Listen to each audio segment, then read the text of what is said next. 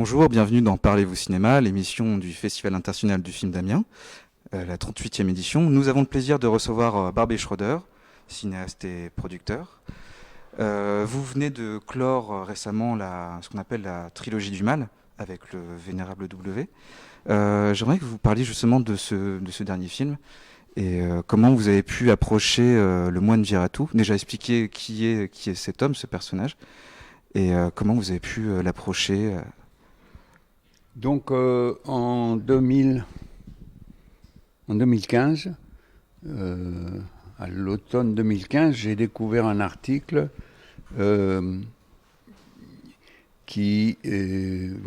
c'était pas un article, c'était un gros dossier fait par l'université de Yale, la partie loi de Yale, qui parlait d'un génocide annoncé. Et que donc, moi j'ai commencé à regarder ça, je dis bon, alors ça va être le premier génocide de ce nouveau siècle. Et j'ai commencé à regarder, j'ai dit qu'est-ce que c'est, comment est-ce qu'ils peuvent dire ça, ils ont analysé des tas de trucs, ils ont dit tous les signes. Et en lisant tout ça, j'ai découvert qu'il s'agissait de mouvements bouddhistes qui étaient à l'origine de ce génocide. Alors comme moi j'ai été très proche du bouddhisme quand j'avais 20 ans et que je suis toujours très proche du bouddhisme, vraiment j'avais besoin de comprendre. Et c'est ça qui me fait faire des films, c'est le besoin de comprendre.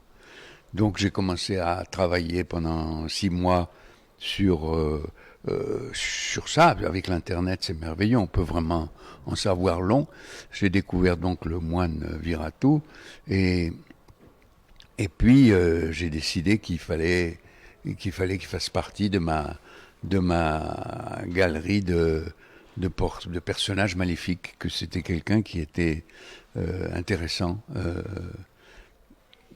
parce que bien sûr il est maléfique, mais il se présente tout à fait comme bénéfique. Il est complètement caché derrière une religion bienveillante, etc. Donc c'est vraiment passionnant parce que c'est des choses qu'on voit partout.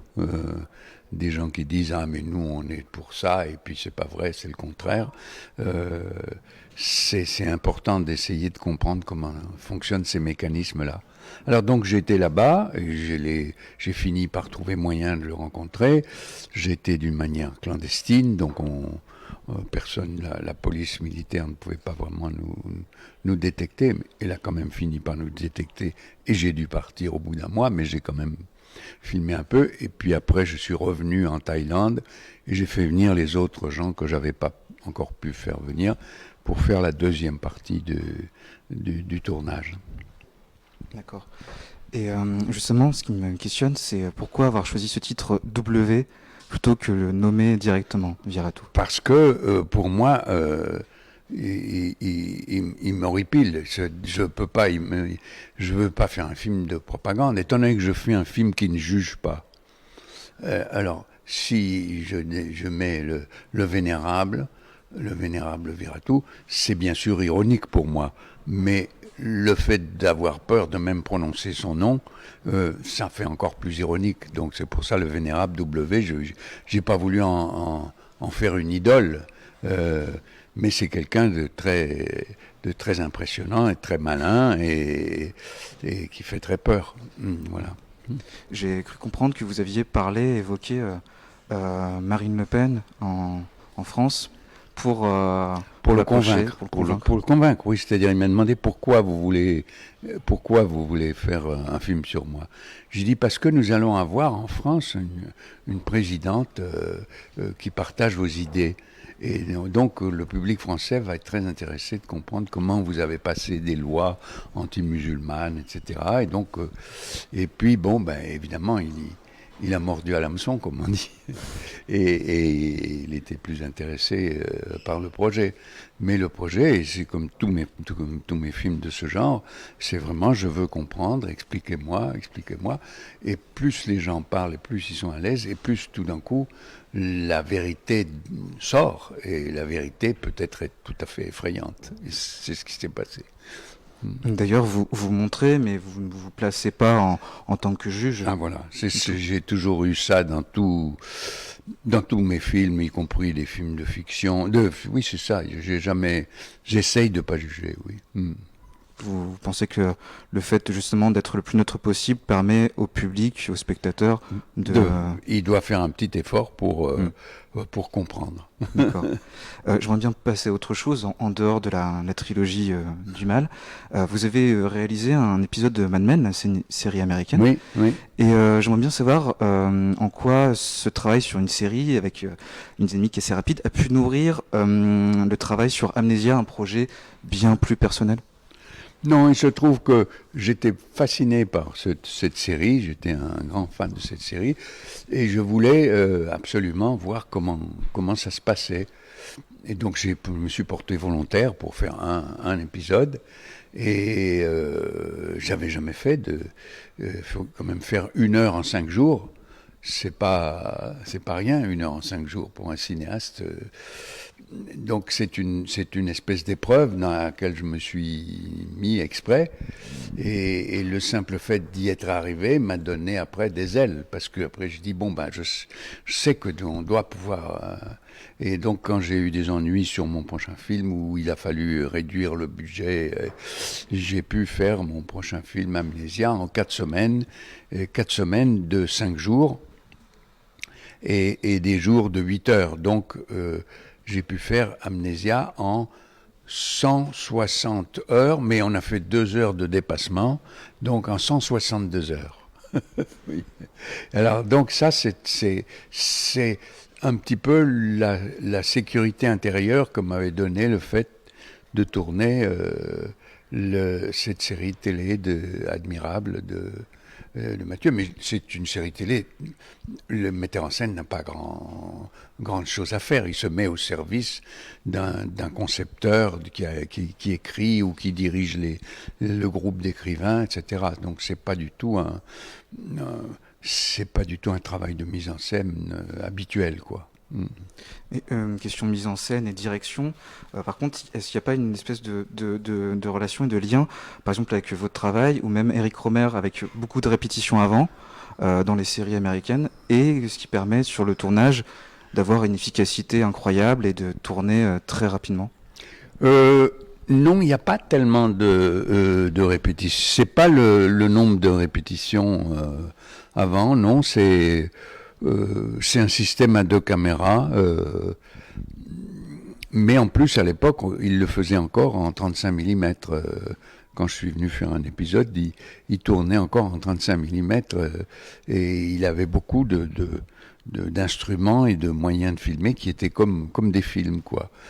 Et je me suis quand même retrouvé en décor naturel. C'était pas avec 300 figurants dans des scènes de mariage et des choses comme ça qui étaient des trucs de cinéma, quoi. Ça avait rien à voir avec la télé, et j'avais 1 jour et demi pour le faire, et c'était une scène énorme. Donc là j'ai vraiment eu très peur, parce que quand on fait une série de télé comme ça, si jamais on ne finit pas, parce que si dans un film on prend du retard et puis on dit voilà, on a mis plus longtemps, on est désolé. Là, la série, ça y est pas dans la série, on tourne pas, on peut pas se permettre de dire on a dépassé. Donc si on rate un truc, c'est tout à fait dramatique. Vous parlez de 35 mm et de lumière naturelle. Justement, j'aimerais parler de la lumière dans Amnésia.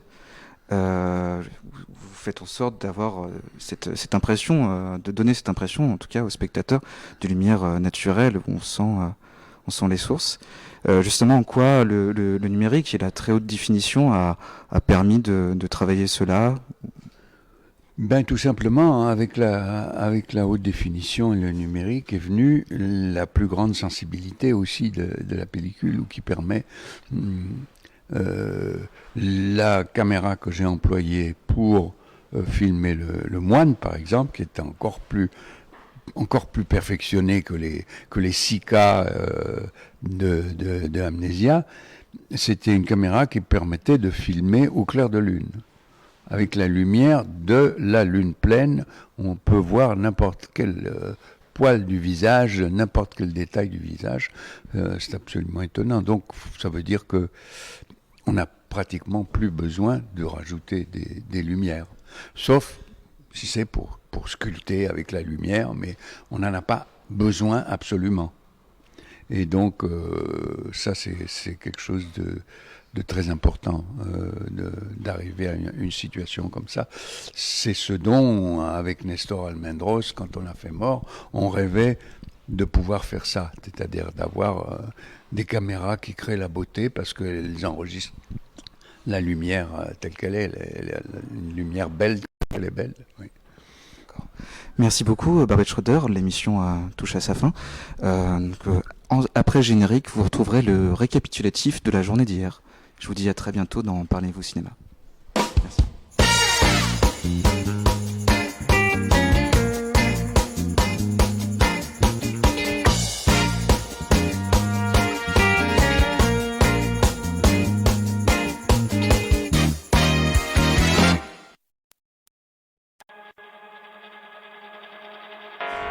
Bonjour à tous, on est en direct du Festival international du film d'Amiens, sur les toits de la Maison de la Culture, qui vient du festival. Aujourd'hui, on reçoit Emilio Malé, qui est président du jury long métrage.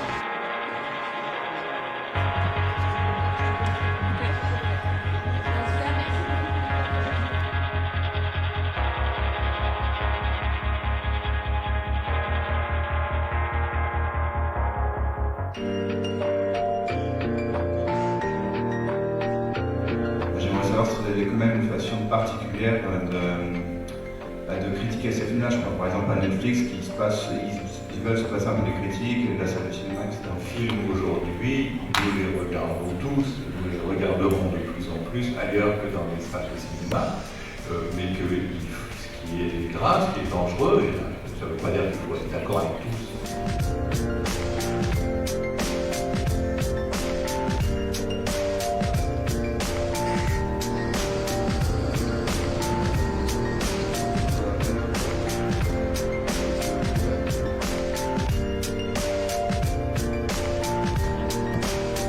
C'est un marathon qui dure 48 heures. Alors on a commencé hier à 16 h à prendre connaissance un peu du matériel. Et puis on a commencé à écrire le scénario et en prenant compte qu'il faut l'interactivité que peut procurer la vidéo 360. Alors oui, ça sera présenté mercredi matin devant un jury. Et ensuite ça sera accessible au public durant la journée, à partir de l'après-midi. Voilà. Effectivement, ce que je peux vous dire, c'est que moi je suis ici tout particulièrement pour suivre les rétrospectives mexicaines. Voilà, parce que c'est un pays qui m'intéresse tout à fait particulièrement aujourd'hui. Le Mexique est une terre de cinéma depuis des années, qu'il s'agisse du cinéma classique ou d'un jeune cinéma international qui explose à l'heure actuelle. Et je pense que c'est très bien que le Festival d'Amiens, eu égard en plus à ses propres racines, revienne aujourd'hui sur le Mexique d'hier et d'aujourd'hui. C'est une sensation un peu curieuse parce que voir tous ces films qu'on peut pas voir justement dans une grande salle de cinéma, dans une grande enseigne, c'est curieux, c'est étrange à la fois, mais voir qu'il y a du monde qui vient et qui pose des questions, qui se documente, qui cherche à s'enrichir, c'est plaisant et ça apporte une confiance, ça apporte une certaine chaleur en fait.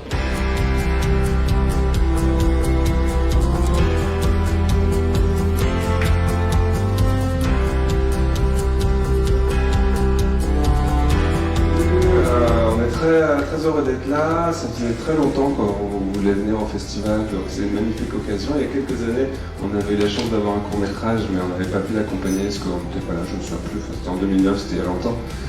Donc voilà, on a une belle opportunité, donc on tient à remercier votre invitation.